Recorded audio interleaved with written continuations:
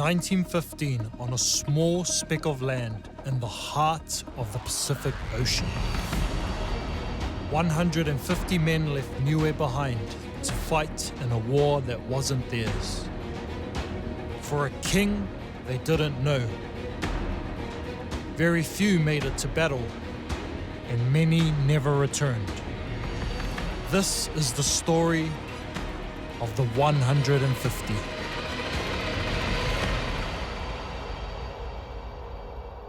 Kia kalanga tolu fa.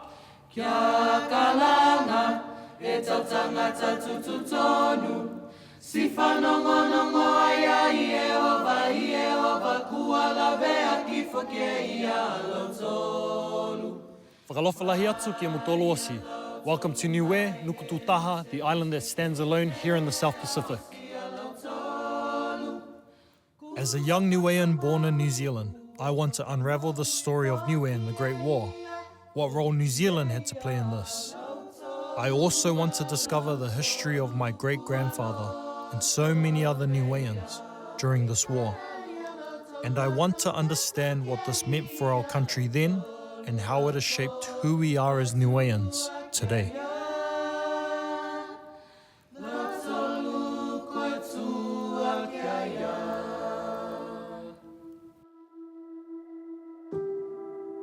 On the 28th of July 1914, World War I broke out. Niue, which was a former British colony, but 13 years prior had been annexed to New Zealand, was slow to receive the news. Niue didn't have any radio communication, so they didn't know that war had broken out. The village council was very keen to offer the services of Niue. They raised money, 150, 200 pounds, and they sent the offer of 200 men, I think, back to New Zealand. And there was the very famous phrase from the Patuiki of the time, Tongia, I am the small island of Niue. That letter was read out to Parliament by New Zealand Prime Minister William Ferguson Massey and cabled to London, which sparked reports in the press like, loyal offer from a savage island. The recruiting team would travel around the island. Of course, there was a certain amount of pressure amongst the young, able-bodied men to step forward. Not everybody was agreeable. The story goes that some of the young men actually took off and hid in the bush until the recruiting team passed. But by and large, most of these young men stepped forward. One of the stories that we used to laugh about was that my grandfather, Tāsisi Kifu, ran from that plantation because it was apparently the last day for recruitment. And he called out, tell my mother I've gone to war. It didn't matter whether you were married, unmarried, or whether you had children or not. There was no sort of barrier, so you just, if you wanted to go, you put your hand up. For those men with their hands held high, cursory medical tests were undertaken to deem whether they were healthy enough to serve. It was a fairly quick examination before they left. Some of them who shouldn't have been recruited were recruited, mainly because the health screening program wasn't as vigorous as what it should be. We're sitting here smack bang in the middle of Alofi. Behind me is where they used to do stuff like medical checks. And a lot of the oldies talk about the marching practice. That was something that happened here, so the Niueans had to learn how to march. I have to say they probably didn't know what they were letting themselves in for. And so they had regular parades and drills. It probably would have ended there had not certain events occurred in New Zealand. Maui Pomari was, at the time, early 20th century, he had one of the 4 Maori seats in the New Zealand Parliament. He was the Minister for the Cook and other islands, and the other islands was Niue. The Māori battalion had just lost 20% of their 500 men during the storming of Gallipoli, an operation they weren't initially supposed to be a part of. This did not make Maori in New Zealand very happy. They needed to reinforce it. So especially in Pomari's electorate, they were not prepared to send more men. And I think that's at the point where Pomari had a light bulb moment and said, I've got this offer somewhere on my desk from Niue, and he took it to the Minister of Defence, Sir James Allen. Maui Pomare made his way up to Niue to rally and relocate the young Niuean soldiers.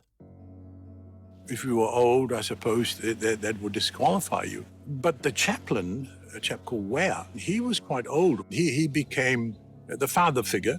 What we've got down on the records that he was 40. What I was told by my father, he was 50. So he would have been the oldest member to travel overseas. The records in those days were a bit flimsy. So if you say I'm 18 going on to whatever, then that's it. At that time, he was well known as a pastor.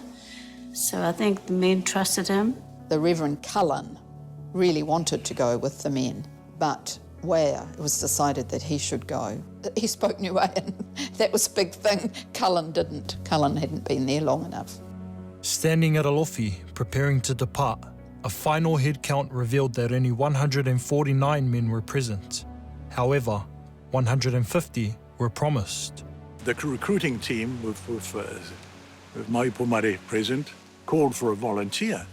And I think a policeman stepped forward, much to the astonishment of his poor wife, who found out a little later that the husband was going off to war. And the story was that she actually jumped in the water and swam after him, not to stop him, but just to say goodbye to him.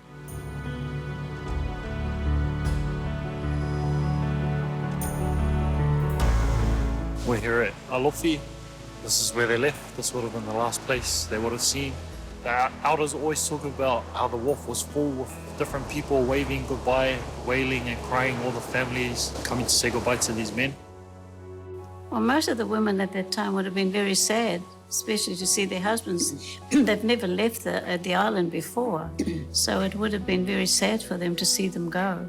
Now, if you read the accounts of the missionaries and others who wrote on the occasion, inevitably they will say that the troops looked very happy and they were willing to go off to war. But in reality, there was much anguish. There was a lot of wailing and crying, and I think to some extent the young men going off to war, it suddenly dawned on them that they may not come back. On October the 15th, 1915, they departed Alofi. 6 days later, they docked in Devonport.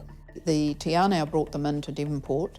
They marched up the main street of Devonport, and they were kind of, everybody turned out to watch. And they went into Narrow Neck, and they were trained there with other Maori recruits. Well, when they got to Auckland, I think the first thing they had to do was actually issue them with proper gear, with uniforms and boots. No way, I don't think many of them have ever seen shoes. Unless they were around when the resident commissioner comes around because they wore shoes. And the story goes that initially they had problems finding boots for the Niueans because their feet were too big. Now you're talking about young men who had probably never worn, let alone see a pair of shoes in their whole lives. It wasn't just their feet feeling the pain. The food was so foreign, they couldn't stomach it. Because the Kiwi diet was predominantly meat, and the island boys, of course, was used to fish and taro. They had a lot of trouble with the food, and they had to adapt the food to their needs, give them more rice and fish and things rather than meat. There was a big language problem. I would say only a handful of the men would have been able to communicate in English to make themselves understood. And this would have been a real challenge for some of our young men. And of course there was the lack of immunity to European diseases. You know, they were marched off to have a bath, you know, down at the sea. You know, well, the water temperatures in New Zealand waters at that time of the year would have been cold. Oh my God, it must have been awful. Cold. So a lot of the men not used to that type of thing would have been cold, freezing. And some of them got sick. In fact, quite a few of them got sick with the flu.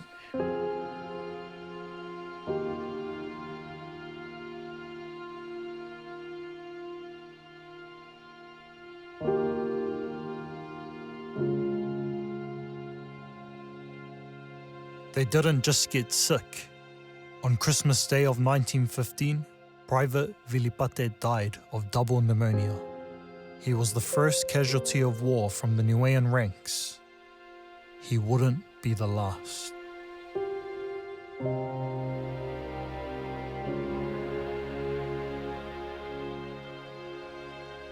Well, they left on about early February. Due to illness and death, only 140 Niueans made the trip to Suez. They arrived in Egypt in early March, and when they arrived in the Red Sea, the chaplain, Wea, said, "Come up on deck and see the Red Sea that you have heard about from the Bible." Was the Red Sea red? No, it wasn't. It was just blue ocean. My grandfather, he brought back, water. That he'd collected from the Red Sea. Uncle Tom. Yeah, Tom. Yeah, Uncle Tom was christened with that water.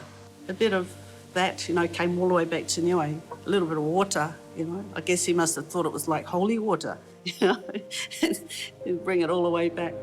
Upon arrival, more illness awaited. This time, a measles outbreak on board the ship meant that most of the men had to be quarantined. Private Guy Manu died the day the ship docked. From the moment they arrived in Suez, they were never totally together as a unit. And I think that's really important because that adds to their anxieties, to their problems. On the 16th of May, Private Misikele died of heat stroke.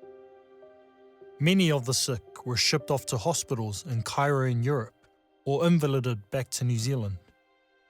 But for those who were fit and healthy, the kingdom of pharaohs wasn't all doom and gloom. And that was Trading My Sorrows with Delirious, bringing our time here on Radio Sunshine to 2.5 minutes before 11. I do recall Dad saying that here he would talk about the big bosom, women with big bosom and red lips, That was extremely common for the New Zealand soldiers and the Australians and the British to go out in Cairo when they could and, have a sample of the nightlife there. For a while, that was the main conversation on the Sunday dinner table. They would have regaled this adventure that they went on. That's one of the funniest stories you want to make, Clancy. Island boy. Don't put all, put half.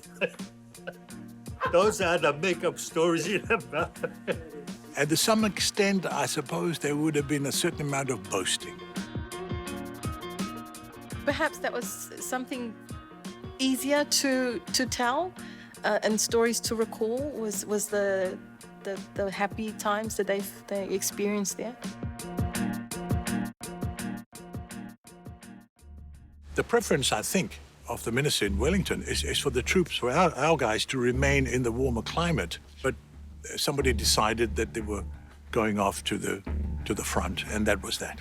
The New Zealand Army, they made the decision to move to the north of France. And basically, when they moved, it was only half of the Niueans who were fit to travel. 60 soldiers were shipped to Marseille and then trained 58 hours north to Stembike. From there, they marched on foot to Syracuse, right on the edge of the Western Front. Their role was really to back up the troops, to dig the trenches and to supply the front line. They had to work at night because it was unsafe during the day because there was so much fire going backwards and forwards. They were putting up the wall supports for the trench and then putting in duck boards, which are the things you could walk along. They'd be brought back before daylight and then they would have a rest period and then they'd have a period of training in the afternoon where they were doing a bit of marching, rifle work, that sort of thing.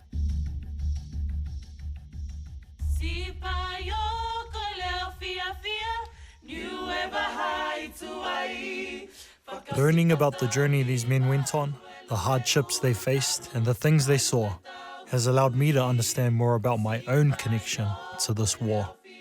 My great-grandfather, Untold was one of the men who served in World War I. He volunteered himself from the village of Hakupu to go and fight in the war and basically paved the way for us to be here today. feeling a little bit overwhelmed. Like I sort of knew a little bit, but I didn't really know the depth. There's a saying they have, like, "Wa ni mo totopuna I tuai," like, don't forget people who came before us, and how that kind of just hit deep when I discovered this from everyone telling me here in Niue. He survived and returned to Niue. I wish I could have asked him about the Western Front. They were falling sick at an alarming rate, and I think the doctors and the health care people must have seen this and said, oh, this can't carry on. Otherwise, all these boys from the tropics will die. For some of them, it would have been a very difficult decision to walk away from what they had been recruited to do. He said, no, there was no thinking of, of leaving. I mean, they were there to do a job. It was almost an insult. But obviously, thank goodness somebody decided, well, you better be insulted and get the hell out of there before you die. It wasn't their fault that they got sick. They were healthy men when they left Niue, because from their medical records, they wouldn't have been allowed to go had they been sick. So in saying that, and from what I've read, they were healthy here, but then they said that the doctor didn't really do thorough checks and got there and said that they were unhealthy. No, I don't agree. I do not agree with that. When they wanted them, they got them healthy and well. So, yeah, the things that they wrote afterwards, I think is totally unfair. It was in France a decision was made to remove the Niueans from the front and send them to hospitals in the UK to recuperate before they could be returned to New Zealand. I think one of the places that they liked was Hornchurch.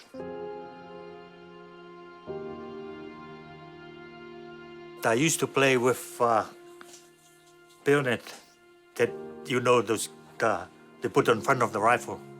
And I think about it at this age, I should have kept it at that time. Alan Tano Puleosi is one of very few Niueans to have visited Hornchurch. He's been twice. He also laid a wreath at the Bailul Communal Cemetery in northern France for Corporal Sionesini of Hakupu, who died on the 31st of May 1916, and Private Tauetuli of Liku, who joined him 9 days later. They both died of pneumonia. It's windy, it's cold, and it's raining on that morning, somewhere out there in northern France. So very emotional. And it's like the feeling is different. They all went to Hornchurch, which had become the New Zealand Convalescent Hospital. And so they were all gathered there. The people of Hornchurch absolutely, took them into their arms. This exotic group from the South Sea Islands, they always called it the South Sea Islands. Granddad, he said that they were looked after by the nurses, the white women, the kind white nurses, kind to them. 2 headstones remember the 4 Niueans who died of pneumonia at Hornchurch. Privates Varsau, Taleva and Filitoua rest in St. Andrew's Cemetery. They've been there, please. They got sick over there. Can't explain it. Yeah. And we went to visit the graves. It's like, the feeling is like, they know we were there.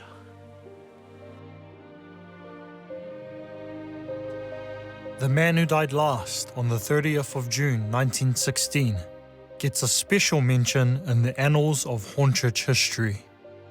His name, they told us, they called himself Prince Moki. It read Burial of His Highness, the Prince Rangatira, known as Prince Moki, Private 16/1088, New Zealand Expeditionary Force Base Depot. Prince Moki, who was 21 years of age, was the son of a ruling chief of the island of Niue. He had seen active service in Egypt and on the Western Front. Moki spun this story that he was the Crown Prince. I can only assume that he was well liked by the men, because otherwise they would have outed him. Private Moki was a bit of a character who promoted himself to being a prince. And unfortunately, his hosts in Hornchurch thought he was a real prince, but everybody else knew he was a prince only in his own village of Fasio. Come on, bring your booty, girl, bring it down. Bring your been pretty good being back here in Niue. Something I found out is that a lot of the locals here actually have a lot of connection to the World War I story, mainly because we're all related here. But yeah, I was talking to Chris from Whana Cafe the other day, and he's got something cool to show us. Well, we've got an artifact here, something special to our family. This is our my great-grandfather's hat. Oosh. And this is him rocking it. This was his hat in the First World War. It's pretty cool, eh? Yeah. He went when he was 20 years old. Yeah. Barely a man, and you know, it would have been pretty scary, like compared to what we go through. These dudes had some pretty big boots to fill, eh? We're all connected. Physically touching something that went on this journey has made me feel more connected to these men and my great-grandfather.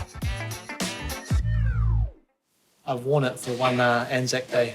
Oh, true. Felt strong wearing that. Once they were deemed well enough to travel, it was time to return them home. When they were brought back from England, they didn't sail as one contingent. They came in several ships. Whilst Niuean soldiers may have been closing the door on the war, on the journey home, death would still come knocking. 5 died at sea. There were privates Siwetama, Vaihola, and Bineki. The other 2 were Tutose's uncles. Penny and Pulu died on the way from England to New Zealand, and they were both buried at sea. So they have no known grave, those ones, and I found them in the Karori Cemetery on a memorial. 4 brothers had gone to war. Only 2 had survived.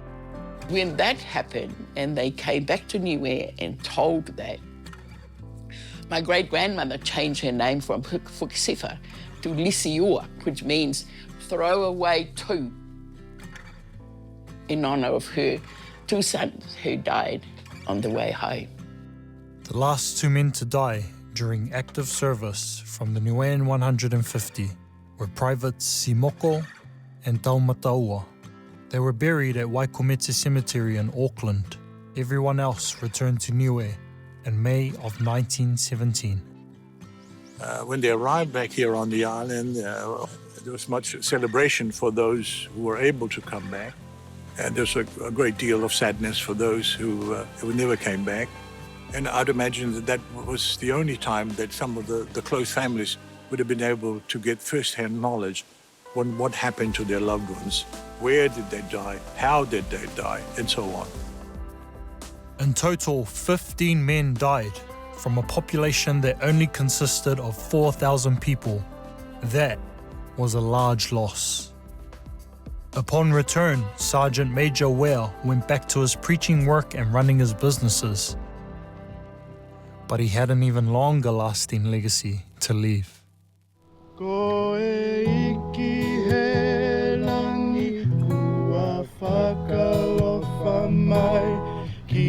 When they returned from the war, that as soon as any function finishes, you got to stand up and sing God Save the King. Well, after they finished God Save the King, my grandfather would stand up and sing Koe Kia Langi.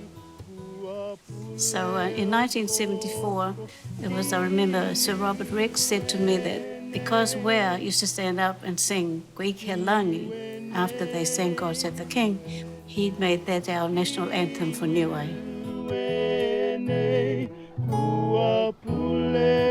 Well, every time I hear national anthem singing, I'm crying.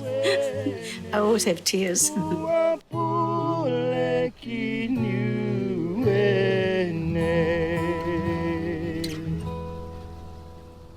I worry sometimes at the very loose use of the term hero. They were not war heroes. What they possessed was an extraordinary amount of courage to step forward and to volunteer, knowing for what they may never come back. But they had the courage to step forward. Now, to me, that's more than a hero. So the sooner we get away from this heroes of going off to the First World War and recognize the extraordinary courage of these young men, I think that would be a legacy worth remembering.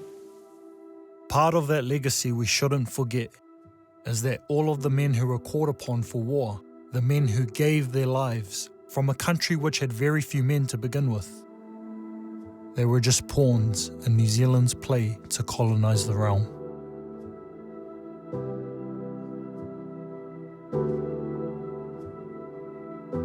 So I've heard all the stories, I've heard all their names, and I still can't even fathom the fact that 150 of my ancestors put their hands up to fight in a war that wasn't even theirs. It's important for us as Niueans to realize and recognize and remember the contribution and the sacrifices our ancestors had for our freedom today.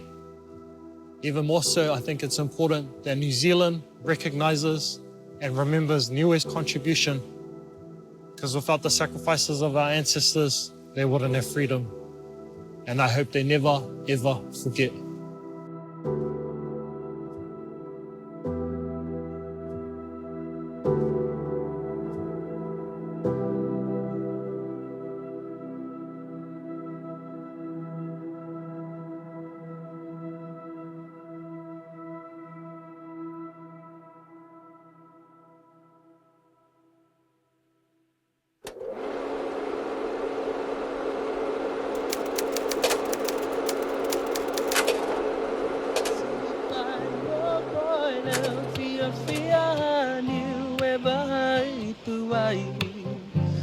Sipetau lima lue lue ulu talulu talule taui si panyoko eleu fia fia niue vai tuai fakasipetau lima lue lue ulu talulu talule taui